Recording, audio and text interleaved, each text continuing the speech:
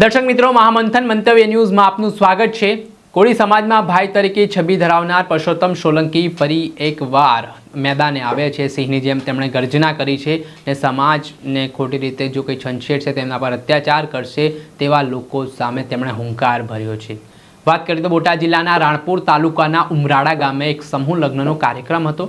આ કાર્યક્રમમાં મંત્રી પરસોત્તમ સોલંકીએ હાજરી આપી હતી, જે દરમિયાન તેમણે સમાજ વિશેની વાતો કરી, સમાજ પર થતા અત્યાચારો, તેમની સાથે થતા અન્યાયોને લઈને કહ્યું કે આજે તમારો ભાઈ જીવે છે, જ્યારે પણ જરૂર પડે ત્યારે સાવજ જેવા ભાઈને તમે યાદ કરજો, તમારા માટે હર હંમેશ ઊભો રહેશે, લડશે, અને જો તમને કોઈ ખોટી રીતે રંજાડશે તો આજે પરસોત્તમ સોલંકી જેવો પહેલાં હતો એવો જ છે। તેમણે આક્રમક અંદાજમાં પોતાની વાત કરી, સાથે જ તેમણે હળવા મૂળમાં પણ કહ્યું કે કેટલાક લોકો તેમના પર જે આક્ષેપ કરે છે કે પરસોત્તમ સોલંકી રાજકારણ કરે છે, તો તેમણે કહ્યું કે જો હું રાજકારણ મેં કર્યો હોત તો આજે હું સીએમ હોત। તે પ્રકારે તેમણે વિરોધીઓને પણ જવાબ આપ્યો છે, જેના જ કારણે રાજકારણ ગરમાવાની શરૂઆત થઈ છે।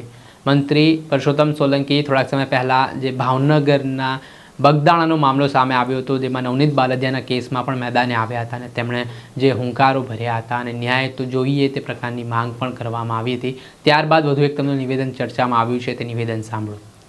કે આપણા સમાજને બહુ દુઃખી કરે અને હું તો નાનો અને મને એક વાત આવે કે તમે ના આવો ને ત્યારે જે હાઈમાં કહેજો। મેં કીધું હું કહું બેટા? તો કે તમે આટલું જ કહેજો કે આપણાથી કોઈથી કોઈ ડરે નહીં અને મજબૂતાઈથી હાંકલા કરજો। ત્યારે મેં એને કીધું કે હું જાહેરમાં ગઈ બેઠા અને જેટલા બેઠા ને એ બધાને કહું કે કોઈ ચિંતા નહીં કરતા, તમારો પરસોત્તમ સોલંકી છે ને આવત જરાય ચિંતા નહીં કરે। ત્યારે તમને લાગે ને ત્યારે પરસોત્તમ સોલંકી ગયા આવજો। ભાવનગરમાં અમારો બંગલો, ગાંધીનગરમાં છે, બધે રખડતો, મુંબઈમાં છે, એટલે તમારે કોઈ ચિંતા નહીં કરતા। તમારો પરસોત્તમ સોલંકી જીવે જ ને ત્યાં સુધી તમને કોઈને તકલીફ આવવા નહીં દે।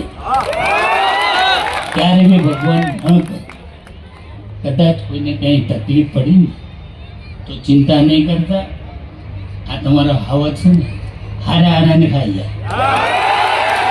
અને હું કહેતો નથી પણ કરીને દેખાડું, અને તમને ભગવાન કરે કોઈ તકલીફ ના આવે। હું તો ભગવાનને લગલે પ્રાર્થના કરું એ બધા સુખી જાય। મારી બહેનો દીકરીઓ ખૂબ સુખી છે, પણ એમને જો કોઈ આડા આવ્યા ને તો હું નહીં સુખી। ચિંતા નહીં કરતા, તમારો ભાઈ જીવીશ અને હંમેશા જીવિતા સુધી તમારા રખોપા કરું ને એ ભગવાન અને માતાજી હું પ્રાર્થના કરું।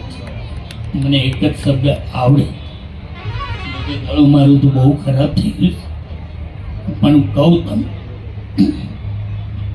એ લક્ષ્મણ એ મારા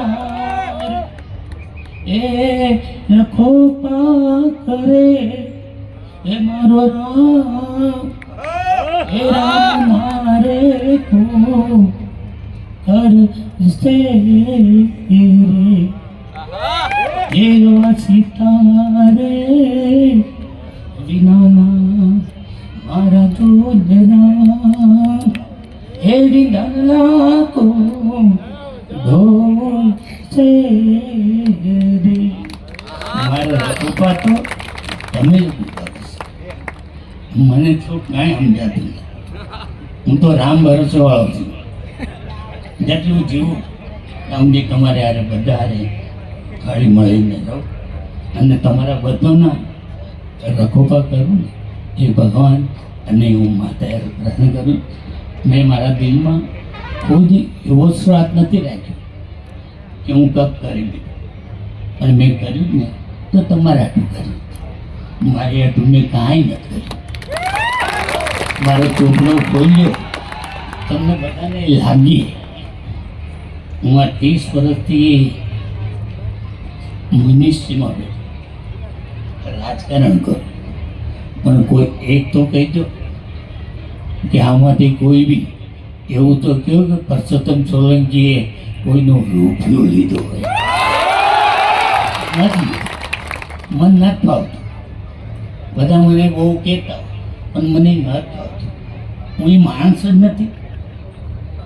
હું તમારા બધાના કામ કરવા બેઠો, અને એમાં હું જો કોઈક રૂપિયા ખાઉં ને તો મારા નગોણા કહેવાય.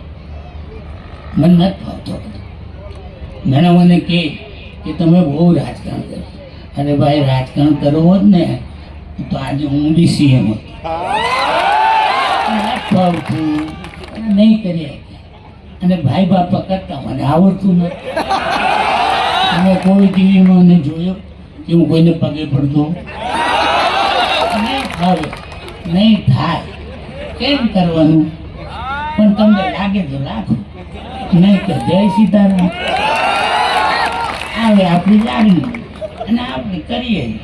અને હમણાં તમારી વચમાં બેઠો હવે પાછો જાય ગાંધીનગર કાલ અને પાછો ઈ જ કરતો રહે. આવો, ચા પાણી પીવું, નાસ્તો કરો, જમવાનું કરો, બધું કરતો રહો. અને એમાં તમને બધાને મજા આવે તો હું એ જ કરીશ. આમાં શું કરવાનું બોલો? બધા કહેતા હોય કરવા દો. પણ બધાને મારા સીતારામ, ખૂબ ખૂબ આગળ કરશો. અમારા ધારાસભ્યએ કીધું કે તમે કહો તો હંમેશા કહેતો કે તમે કરશો માં એ ઘડીકને માટે, આમાં કોઈ કલેશ, આમાં મીઠું જોયું લેજો, હમણાં ઉગશે. મારો કોઈ સમાજનો નવો સોનાનો સૂરજ ઉગે એ ભગવાન અને માતા કૃષ્ણ કહું અહીંયા બોલાવ્યો, જેને માનપાને આપી. અને મારે આર્યન ભગતને ખૂબ ખૂબ તમે બધા આશીર્વાદ આપજો અને ખૂબ એ આગળ વધે અને પ્રગતિ મળે. અને હું હંમેશા એને ખૂબ આશીર્વાદ આપું અને ખૂબ આગળ વધે એવી શુભકામના. આટલું કંઈ વિનોદ વસ્તુ. આપણે સાંભળ્યા હતા મંત્રી પરસોત્તમ સોલંકી, જે પોતાના નિવેદનના કારણે અવારનવાર ચર્ચામાં જોવા મળતા હોય છે. અને તેમણે ફરી સમાજને ત્યાંથી એક હિંમત આપી છે અને કહ્યું છે કે હું ત્યાં સુધી જીવું છું ત્યાં સુધી કોઈને કંઈ થવા નહીં દઉં. સાથે તેમણે કહ્યું કે જ્યારે મારી જરૂર પડે ત્યારે મને કહેજો. આપણો બંગલો ભાવનગરમાં છે, ગાંધીનગરમાં છે અને મુંબઈમાં પણ છે. જ્યારે જરૂર પડે ત્યાં પણ આવી જજો. જેના જ કારણે પરસોત્તમ સોલંકીના આ નિવેદને ચર્ચા જગાવી છે. દર્શક મિત્રો, આવા જ નવા વિડીયો સાથે આપને માહિતગાર કરતા રહીશું. એટલે મહામંથન મંતવ્ય ન્યૂઝ જોતા રહો.